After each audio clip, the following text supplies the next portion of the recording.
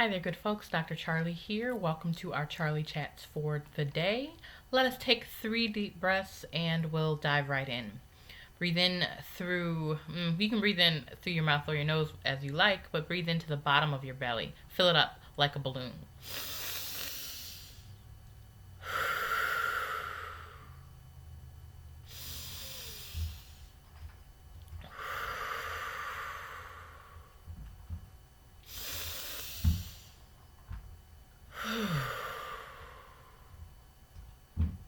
Today's topic for Charlie Chats is allowing things to break down.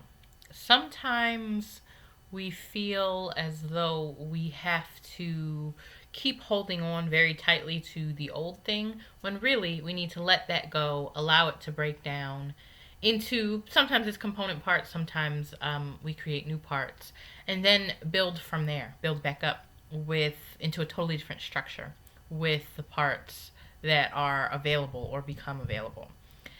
I can see that personally in just about every aspect of my life right now. This camera angle is weird because the chair is too low and then it's tilted. I'm like, oh, chair, you're not doing well. And sometimes I'm sitting on a blanket and that's not available. And so just making do. Um, and the breaking down is so necessary. If everything that ever existed whole was still whole today, it'd be a very crowded world that we're living in.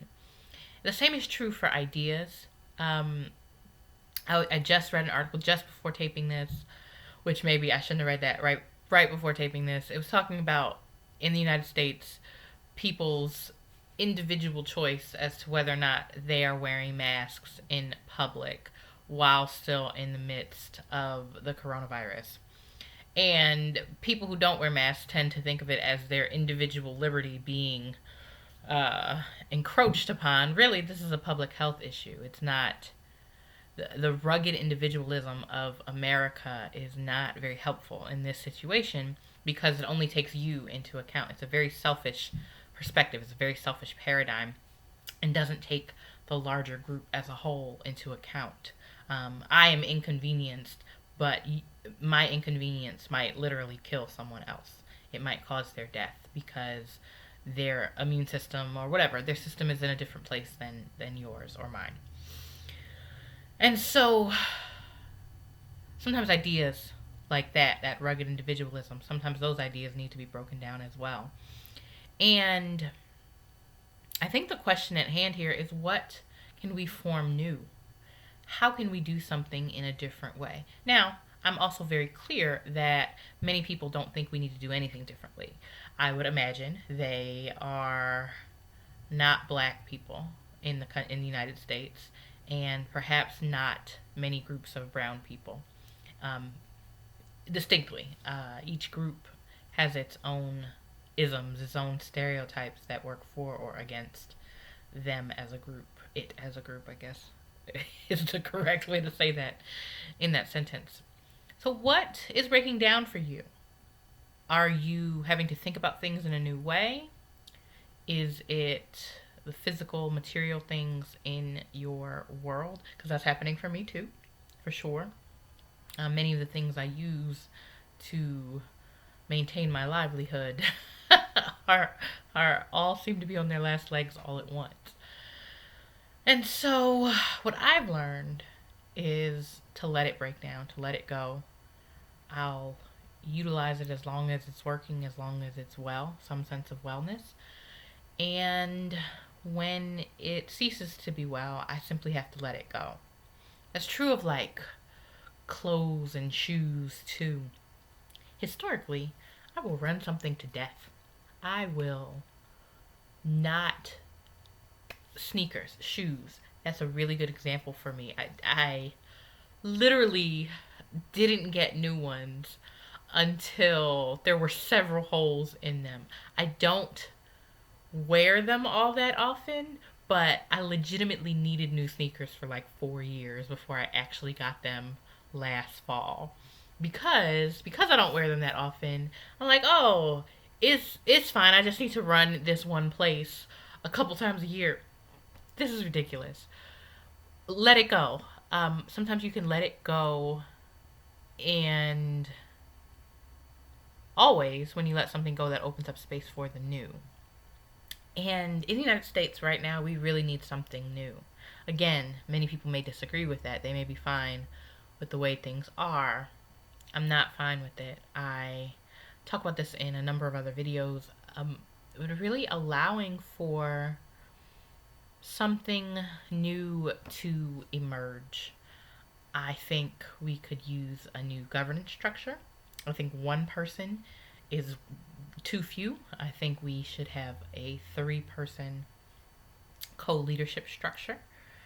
I also think that we can take lessons from agility, those places, spaces, entities who were able to shift quickly, agilely. How are they so agile?